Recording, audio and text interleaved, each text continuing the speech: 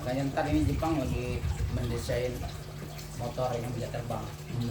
Jadi nggak lewat jalan. Bismillahirrahmanirrahim. Assalamualaikum warahmatullahi wabarakatuh. Bismillah walhamdulillah wassalatu wassalamu ala rasulillah sayyidina wa maulana Muhammad ibn Abdillah wa ala alihi wa ashabihi wa man tabi'ahu bi ihsanin ila yaumil qiyamah. Subhanaka la ilma lana illa ma 'allamtana innaka antal alimul hakim.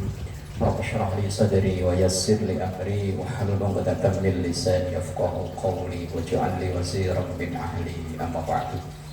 Ila hadratin Nabiyil Mustafa Muhammadin sallallahu alaihi wasallam wa ala alihi wa ashabihi wa azwajihi wa dzurriyyatihi wa ahli baitihil kiram wa jami' ummatihi minal muslimina wal muslimat wal mu'minina wal mu'minat aina makanu khususun ma'al hadzal kitab Syekh Ahmad Al-Hashimi syulillahi lahum al-fatihah.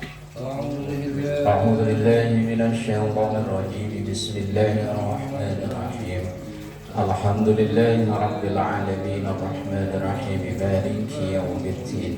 Iyyaka na'budu wa iyyaka nasta'in ihdinas siratal mustaqim siratal ladzina an'amta 'alaihim ghairil maghdubi 'alaihim waladdallin. Amin. Bismillahirrahmanirrahim. Laisal mu'minu billadzi yashba'u wa jaruhu ja'inun fi jambihi. 994 kalau di sini. Di situ nomor berapa? 990 beda 4 nomor. Laisal mu'minu, tidak sempurna iman seseorang. Ai al-kamilu, artinya tidak sempurna iman seseorang. Billadzi yashba'u, yang dia kekenyangan. Wajaruhu, dan tetangganya jai'un, kelaparan, fi jambihi, di sebelahnya.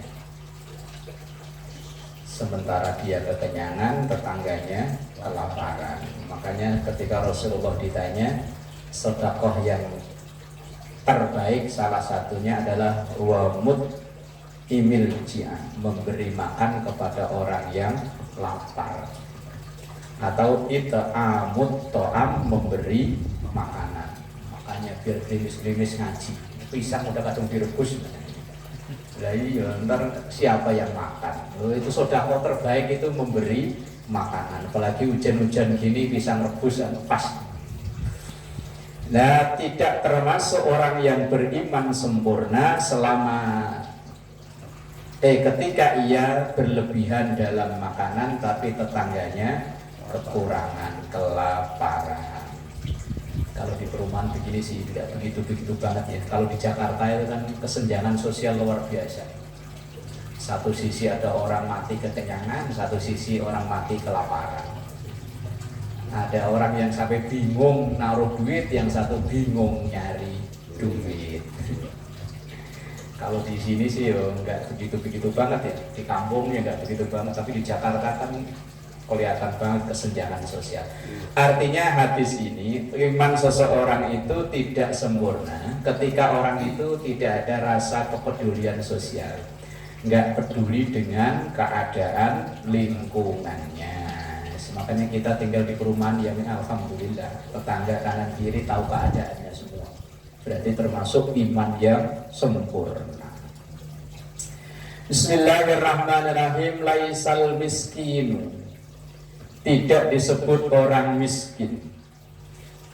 Alladzi yatufu, yang ia tawaf. Tapi bukan tawaf mengelilingi Ka'bah, ini muter keliling aja sambil assalamualaikum. Tapi di sini udah lama ya nggak ada ya? Udah dilarang aja ya. Iya dulu kan tiap sering aja ini nggak ada di sini. Apa mungkin nggak boleh masuk apa ya? Minggu kemarin ada. Ada ya? Minggu kemarin ada. Yang di Pasar. Jadi security-nya lagi pergi. Security-nya lagi ngantuk. Alladzi yatufu 'alan nas, yang ia berkeliling ke orang-orang Tarudduhu, dan ia mengharapkan dari orang-orang itu al-luqmatu, satu suapan, wal luqmatani, dan dua suapan. Ini kan bahasa kias ya. Bukanlah disebut orang miskin orang yang keliling minta disedekahi. Assalamualaikum, salamnya bisa sama ya. Di Priok juga gitu ya. Pulau Jaya juga gitu Pak Ji. Sama persis. Apa dulu ada ini kalau ya? Ada pelatihan ya? Trainingnya. Mungkin trainingnya di mana gitu. Iya, Biasanya langsung sudah disebar. Kok ya bisa sama persis. Ntar kalau kalau yang tuan rumah jawab yang lain aja, dia udah sekarang udah pinter jawab, yang lain udah gitu. kalau salamnya cepet berarti bulanan. Iya, boleh itu kalau orang lagi gitu. Bulanan. Orang lagi gitu. Itu bulanan itu. Iya, orang lagi gitu. Bulanan. Tidak disebut orang miskin orang yang muter ke orang-orang untuk nyari makan. Watamrotu watamrotani, atau satu korma atau dua korma. Ini kan bahasa kias ya, sesuap dua suap, sebutir dua butir. Walakinnal miskin, akan tetapi definisi miskin itu yang patut untuk dikasihani. Alladzi la yajidu, yang ia tidak menjumpai ghinan yughnihi,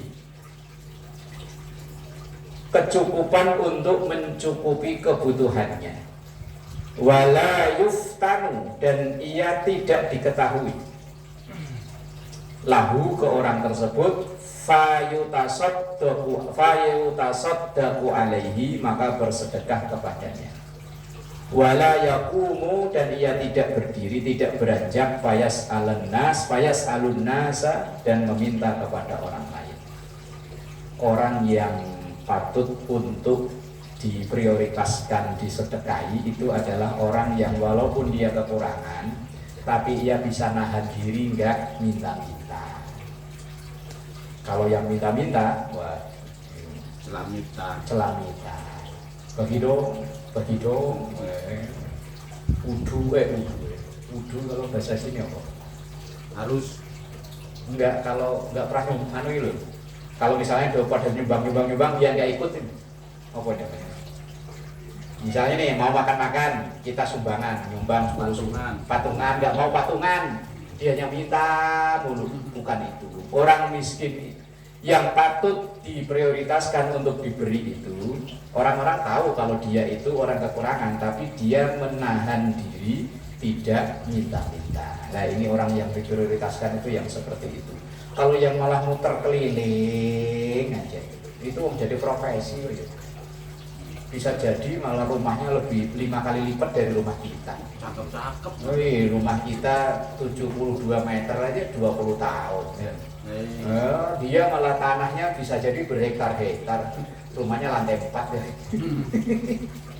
Kan dulu pernah ada yang ketangkep sama Satpol PP, di kantongnya ada duit 25 juta, kok di mana ya? Ayo kita aja ngantongin paling 25.000. Di Bogor belum murah, Mbak. Nah, iya. 50 juta. Artinya orang yang miskin yang diprioritaskan untuk mendapat bantuan itu bukan orang yang suka keliling-keliling nguber, tapi orang yang menahan diri dengan bekerja semampunya, walaupun tetangga kanan kiri tahu, tapi dia tidak wala yaqumu fayasalun nas. Wala yaqumu itu artinya dia enggak beranjak untuk meminta bantuan ke orang-orang. Nahan diri, menjaga muruah, kehormatan. Rawahu asy-Syaikhan, hadis diriwayatkan oleh Syekh, dua orang syekh ahli hadis, yaitu Imam Bukhari dan Muslim, dari sahabat Abu Hurairah. Sangat sahih ini hadisnya. Bismillahirrahmanirrahim. Hadis ini buat Pak Ustadz, ini pas ini Pak Ustadz. Laisa ahadun min ummati, tidaklah seorang pun dari umatku ya'ulu, yang ia menghidupi salasa banatin, 3 anak perempuan. Anaknya 3 Pak Ustadz ya? Oh, pas, hadisnya kok bisa pas ini gitu. Anaknya perempuan. Pak Sulaiman baru 1 ya, mau kurang 2 lagi. Iya, saya juga yang perempuan juga cuma 1, Pak Haji. Ini 6 menit 3. Oh, apanya? Ini loh. Kan yang perempuan cuma 2 ya. Dua. Dua. tidaklah seorang dari umatku yang ia menghidupi ya mulu di situ dimaknai apa bahasa? Menjamin, menanggung. Salah sabanatin 3 anak perempuan. Au salah sa'akhawatin atau 3 saudara perempuan. Fayuh sinu ilaihinna dan ia berperilaku baik terhadap mereka. Mereka itu baik anak perempuan maupun saudara perempuan. Illa kunna lahu, kecuali perempuan-perempuan itu bagi orang tersebut sitron, sebagai penghalang, sebagai tameng minanar dari api neraka. Pak Ustaz udah ada jaminan Pak Ustaz anak 3 perempuan. Saya baru satu ya perempuan. Kalau 3 laki-laki. Lalu 3 perempuan ini maksudnya teks ya?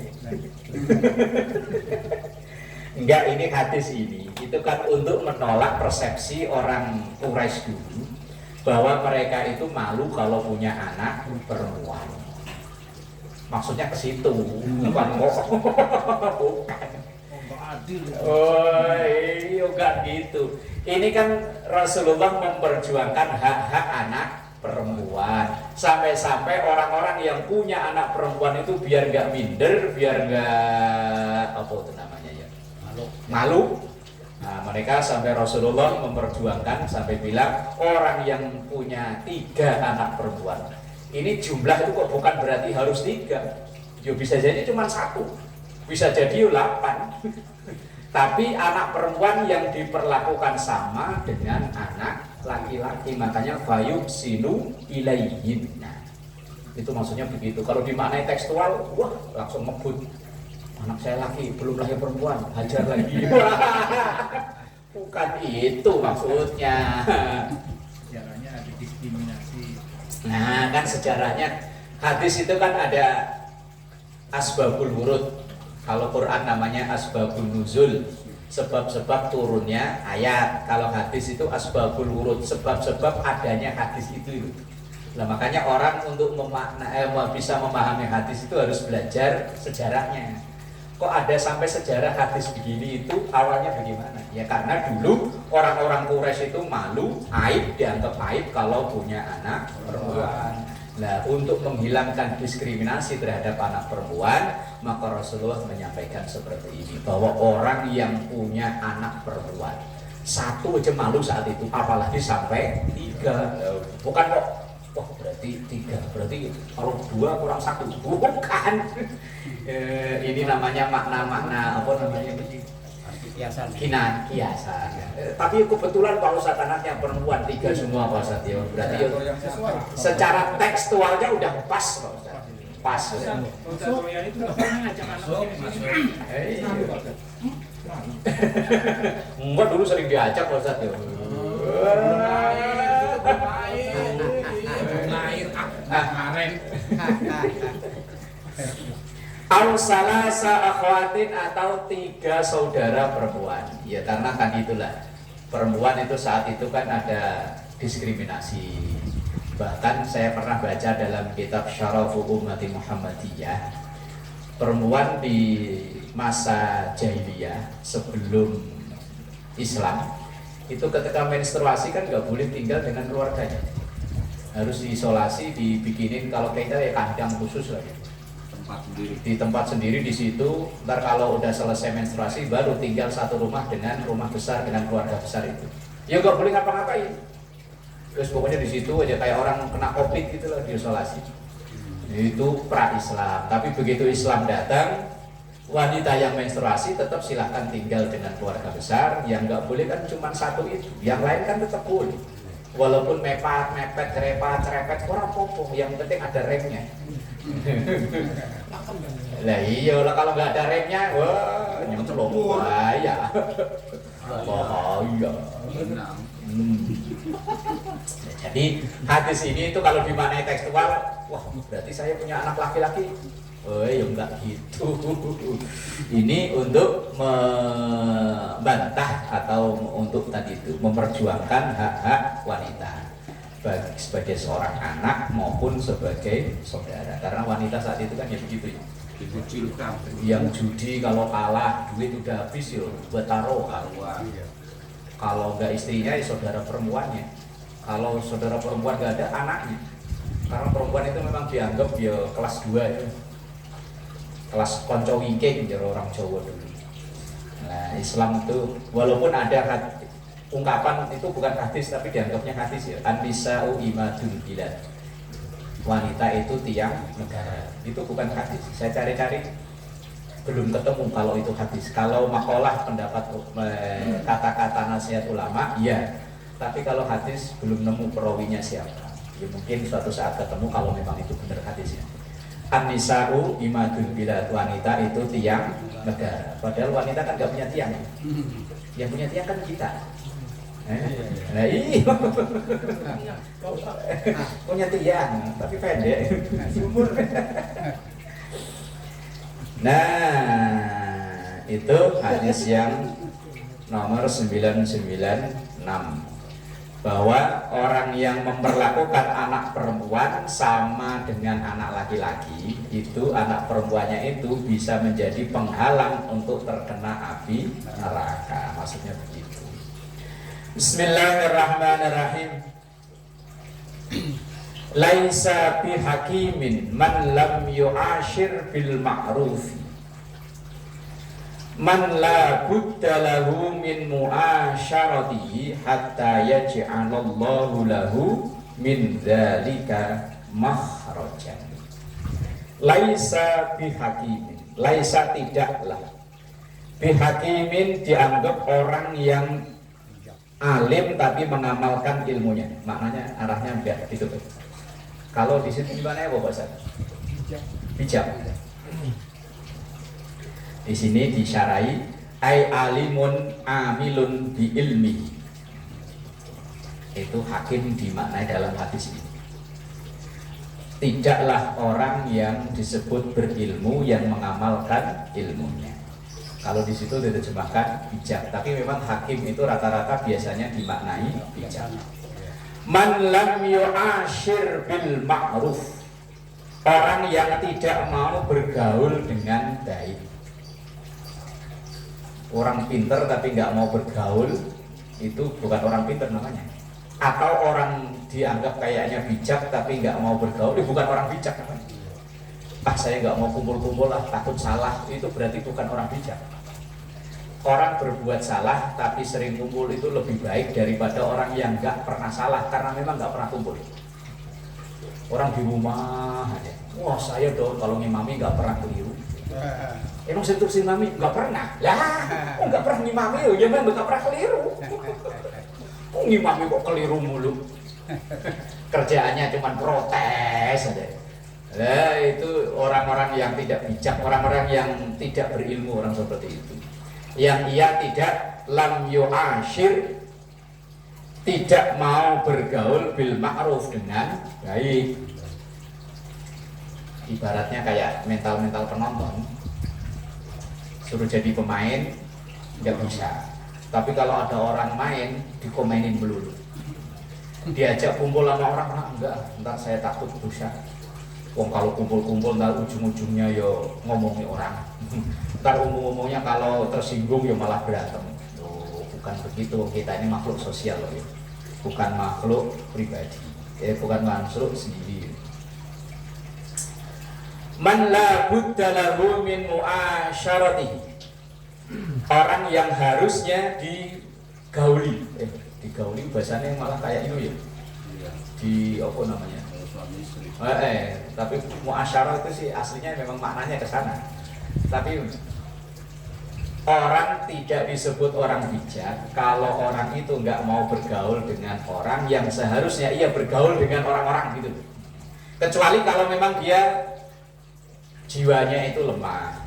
Kalau dia bergaul malah dikhawatirkan imannya yang rontok. Atau mungkin dia tinggal di lingkungan yang mayoritas non muslim. Di situ sering pesta miras, sering makan itulah. Kalau dia kumpul nanti khawatir dia ikut makan itu, lah ya silahkan untuk menahan diri. Tapi kalau yang dikumpul sesama muslim, kumpul bisa menambah yang lain, ya terbaik adalah kumpul. Orang kalau menyendiri repot ya.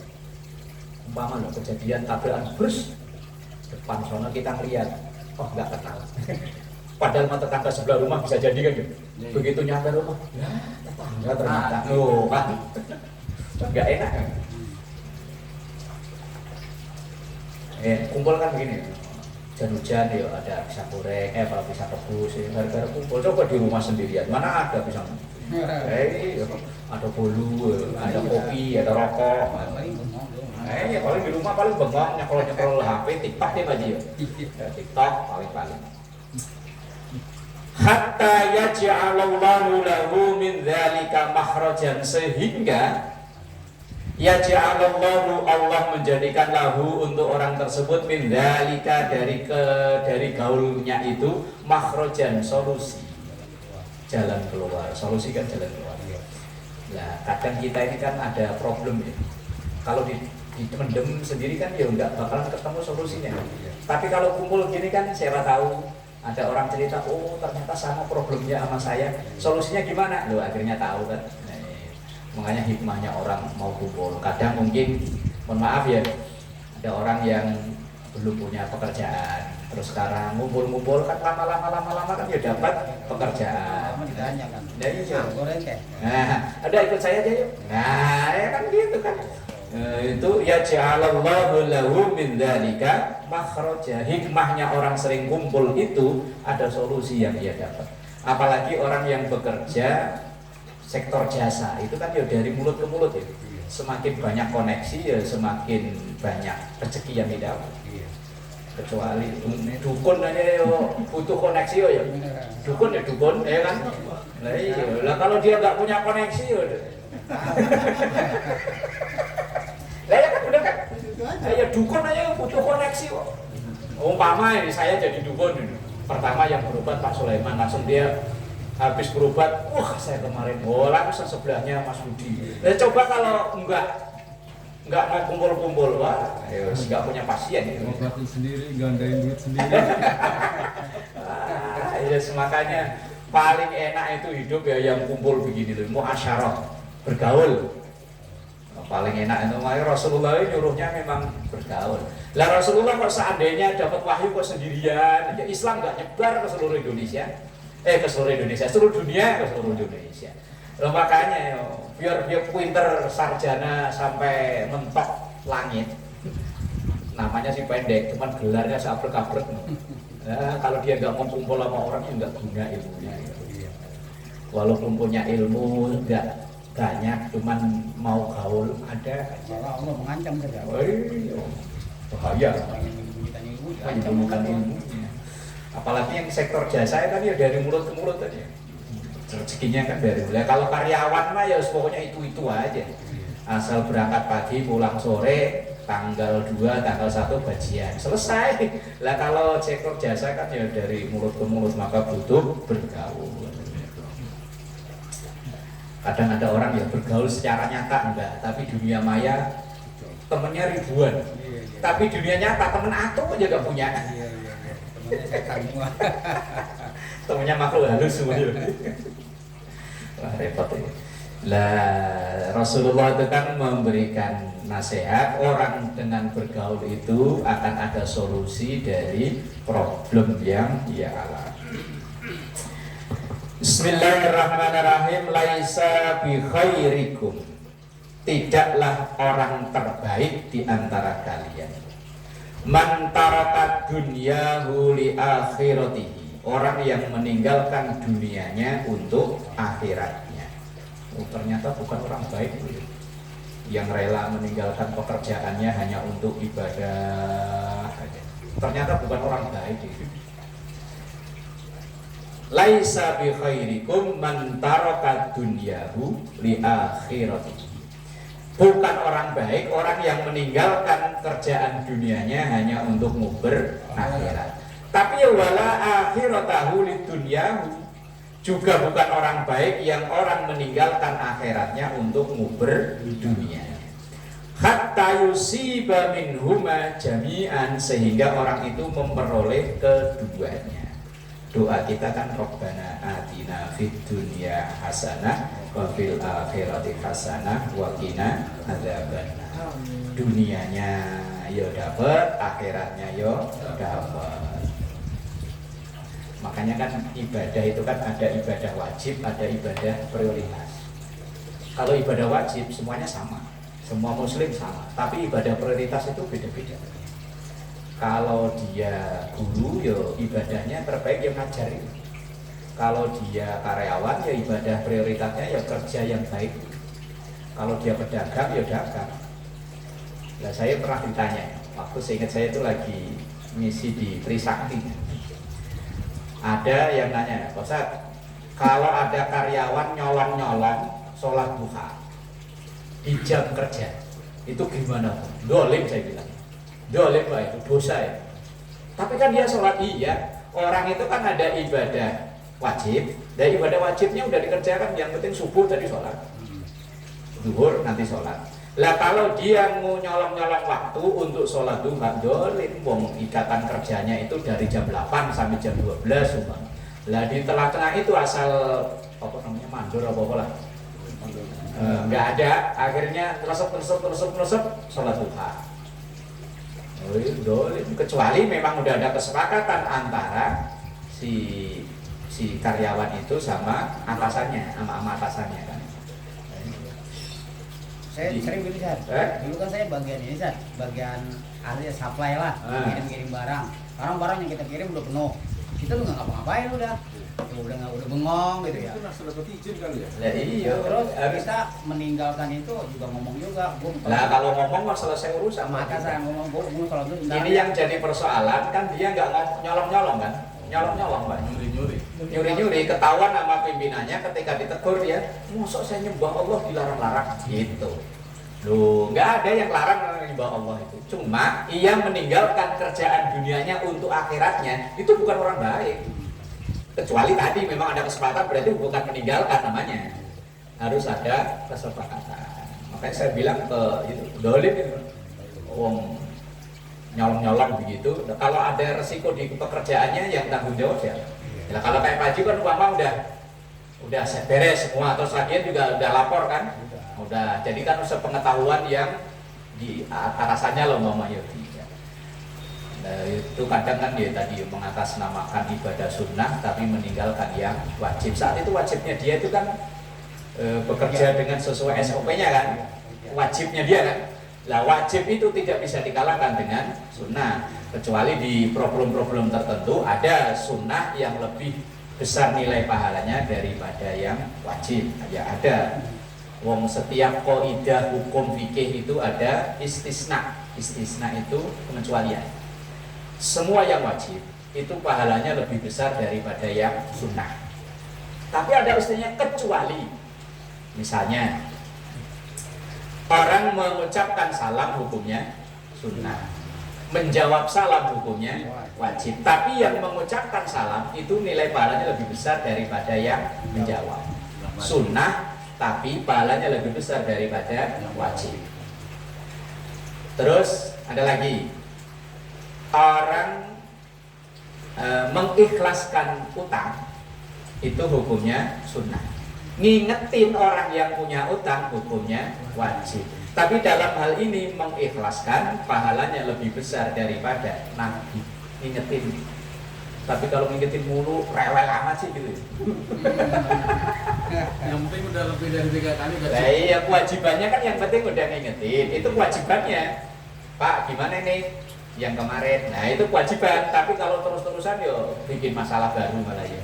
Lah mengikhlaskan itu pahalanya lebih besar. Ikhlas itu kan kalau 100-200 ya. Lah kalau bertunjuk-tunjuk ya ampun ya. Nyarinya apa nyut-nyut pala. Lah kok tiba-tiba diikhlasin ya ampun. Kalau saya pernah punya kasus ya dulu waktu saya masih usaha mebel. Ada temen akrab. Waktu dia mau nikah itu kan budayanya lamaran itu kan satu set kamar ya. Tempat tidur, lemari, yang untuk meja rias. Nah, saat itu cuma ngasih duit sekian, asal ditagih entar sok, lama-lama nomor saya diblokir. Akhirnya saya nelpon pakai nomor istri, begitu denger ya karena teman akrab kan nyiriin suara saya, matiin. Wah, Kewajiban saya ngingetin ya. Sampai-sampai pas saya khutbah Jumat begini loh, saya nggak sengaja itu dia ada di barisan ketiga. Ya kan saya kan lihat kan, pas saya begini dia adu tatap pandangan mata. Assalamualaikum, assalamualaikum. Saya nengok ke belakang udah nggak ada. Wajib mau ditagih ya. Sampai-sampai teman-teman yang lain itu gimana sih itu udah beres? Belum. Nah, terus ya sampai saat ini belum saya ikhlasin, tapi nanti kalau suatu saat dengar kabar dia mati, saya ikhlasin.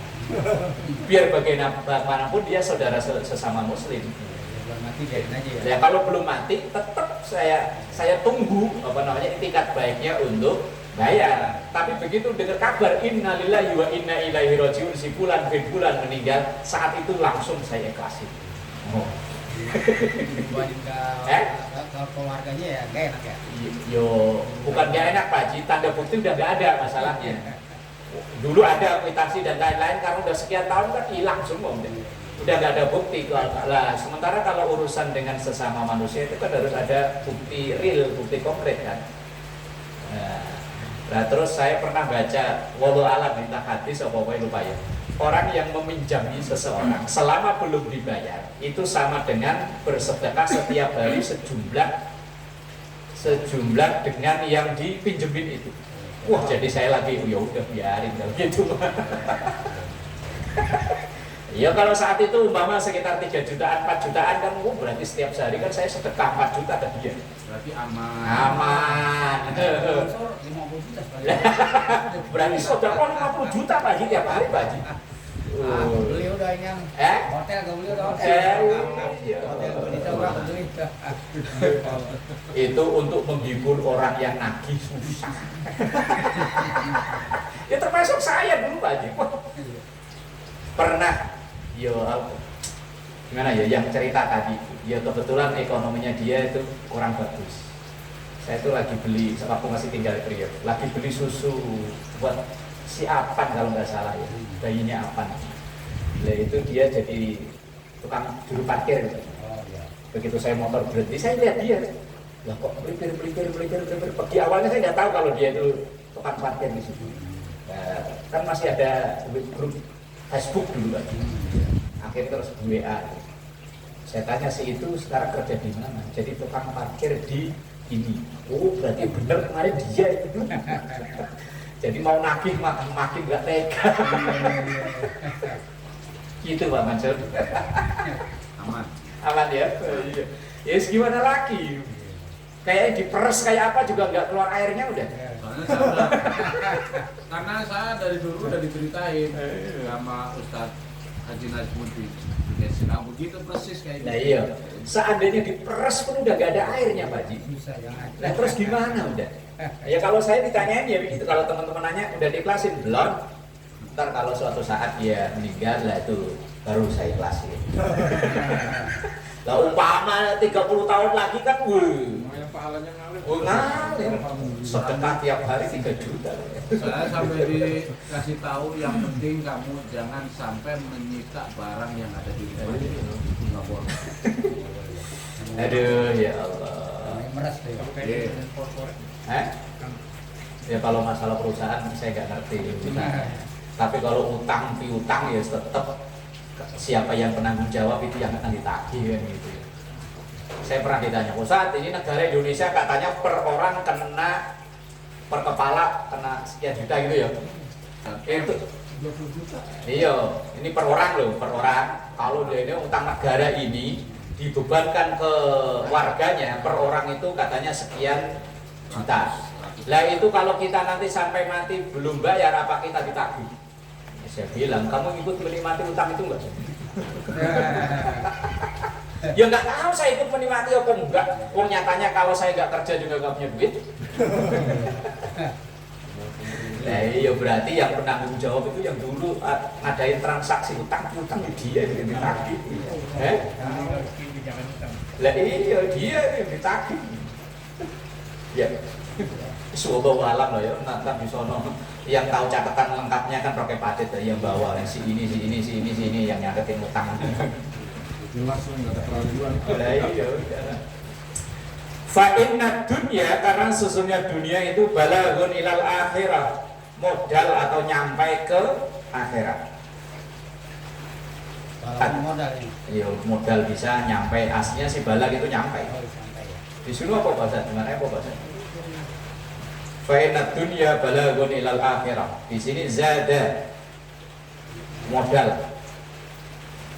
bahwa kita di dunia ini kan ad-dunya mazra'atul akhirah. Dunia ini nanam untuk di akhirat. Makanya ya sebisa mungkin pendapatan. Nah, ini podo.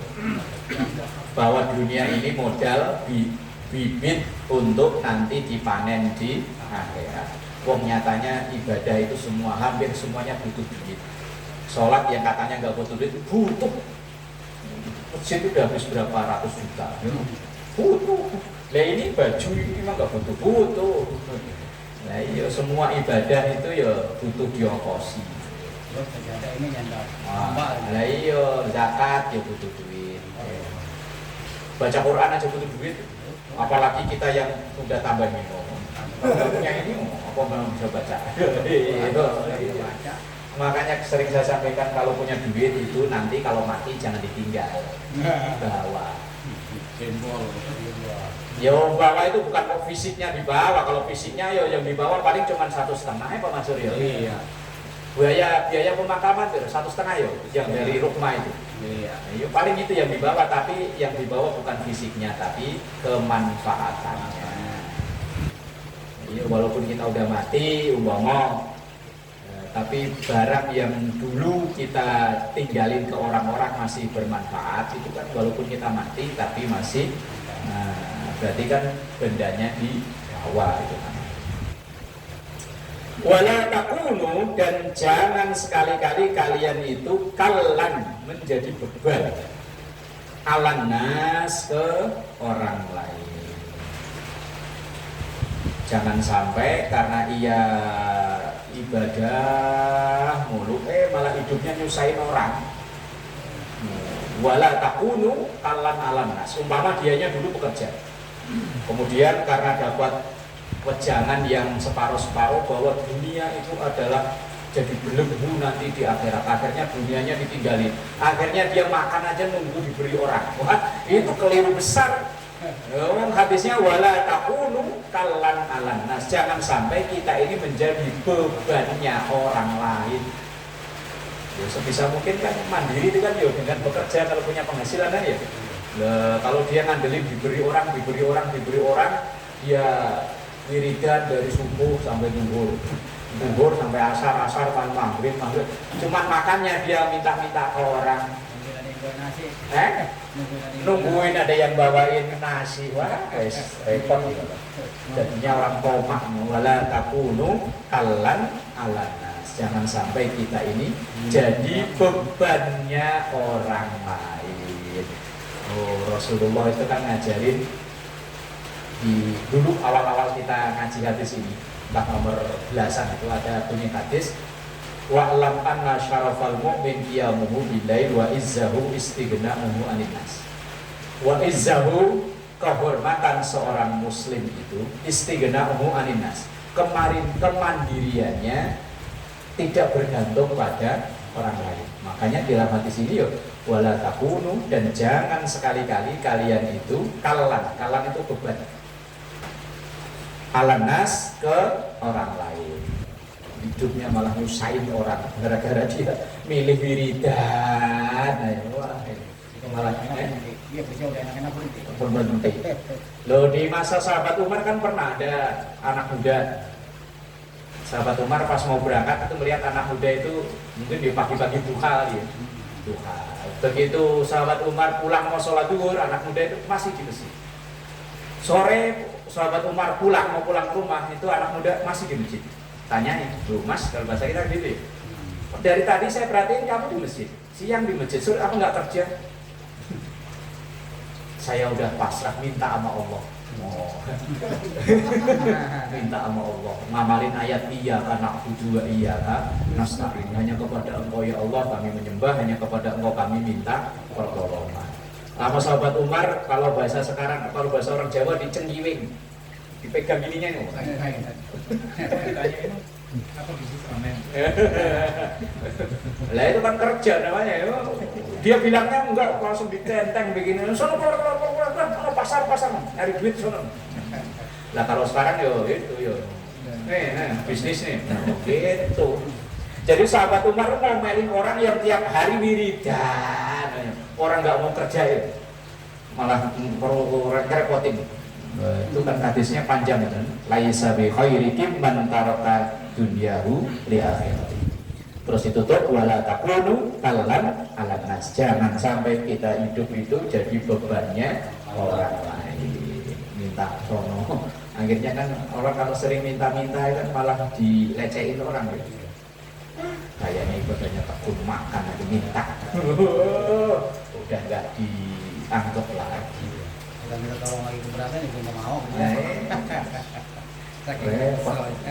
Islam itu menghendaki umatnya nggak begitu ya.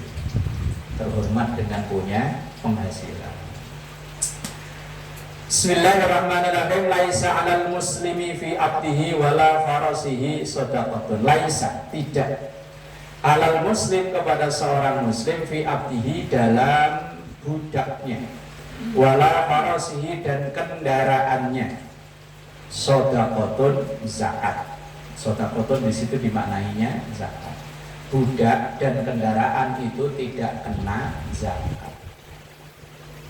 Dia punya, umpama dia punya mobil, itu kalau mobil hanya untuk keperluan pribadi itu nggak kena zakat. Tapi kalau di rental itu yang dizakati bukan mobilnya, hasil rental, bukan mobilnya, rumah itu nggak kena zakat. Tapi kalau rumah itu disewain, yang kena zakat hasil sewanya, bukan rumahnya. Bahasa gampangnya, sesuatu yang konsumtif itu tidak kena zakat. Yang produktif itu yang kena zakat. Dalam mazhab Syafi'i, emas itu kan jadi ukuran pokok zakat. Itu pun kalau dipakai, itu namanya kan konsumtif. Itu tidak kena zakat, walaupun umpama sini setengah kilo gitu. Sampai kupingnya dewer, umpama. Kalau sekilo kayaknya kegedean aja. Satu on ya. Satu on itu berapa gram? 100 gram. 100 ya. Ya. Lah emas itu kena zakat kan 85 gram. Lah 85 gram itu baru kena zakat. Lah kalau seandainya dia punya 1 on, tapi dipakai, itu namanya kan konsumtif, tidak kena zakat. Tapi kalau memang dia beli niatnya untuk invest, itu produktif. Apalagi yang emas, apa namanya? Bukan, antam atau batangan ya. Nah itu memang kena zakat. Tapi kalau untuk dipakai, maka segala harta yang konsumtif itu tidak kena zakat. Di situ budak. Kalau dulu, kalau sekarang udah ada.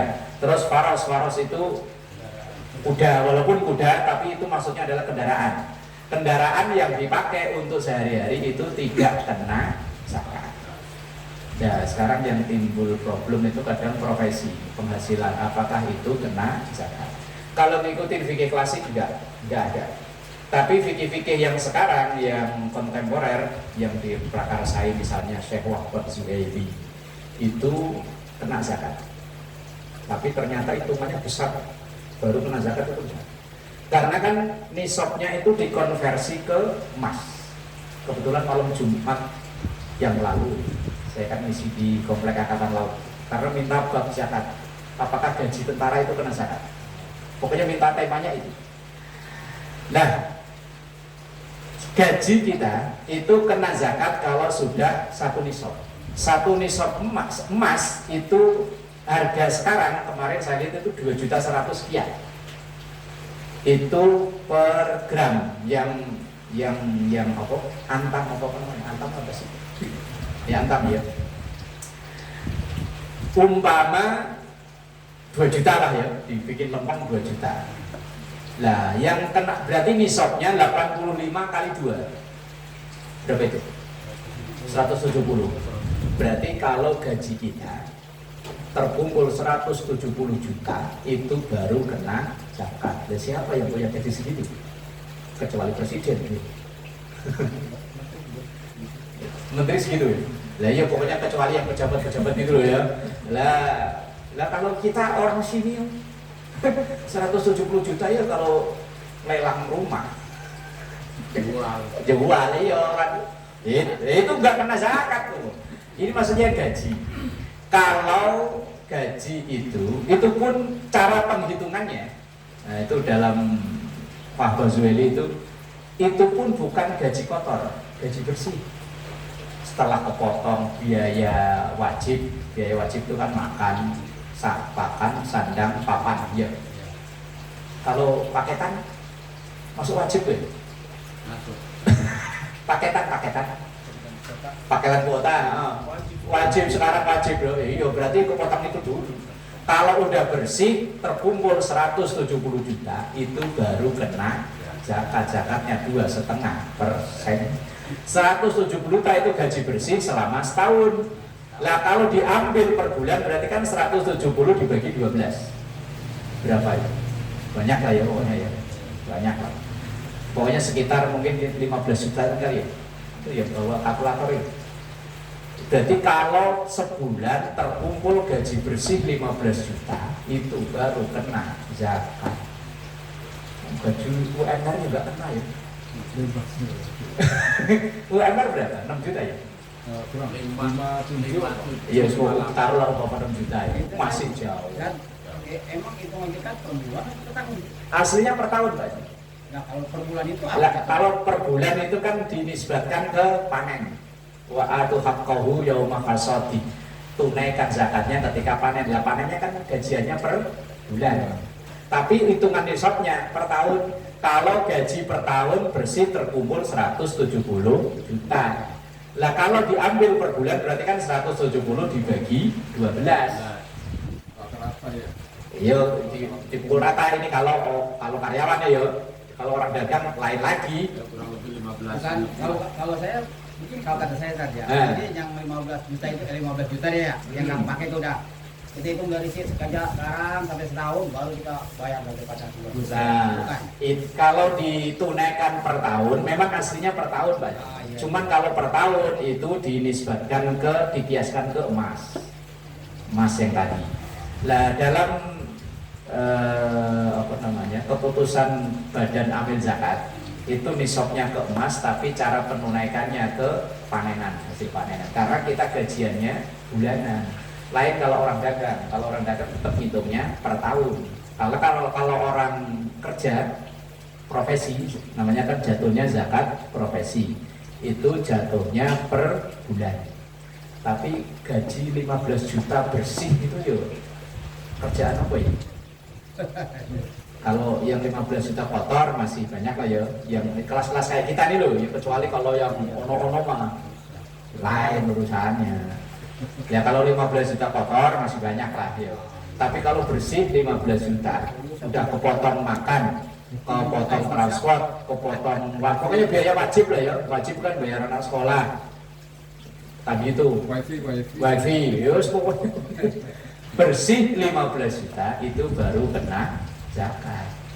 Kalau pedagang lain, hitungannya nggak pakai itu lain lagi.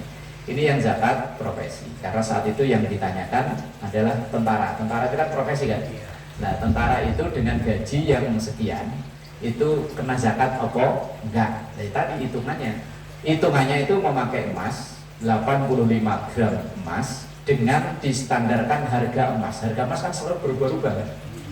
Nah umpama itu saat itu saya lihat di Google itu harga emas 2.100.000 sekian. Ya kok taruhlah dibikin lempeng 2 juta. Itu kan berarti kan 170 juta per tahun. Nah itu dibagi 12 berarti sekitar 15 itu kalau gaji bersih. Udah kepotong, kalau kepotong ini habis Pak ya nggak jadi. Kepotong ini habis Pak ya udah nggak jadi zakat udah. Berarti belum kena zakat. Malah kalau zakat fitrah lain urusannya. Wallahu a'lam bishawab.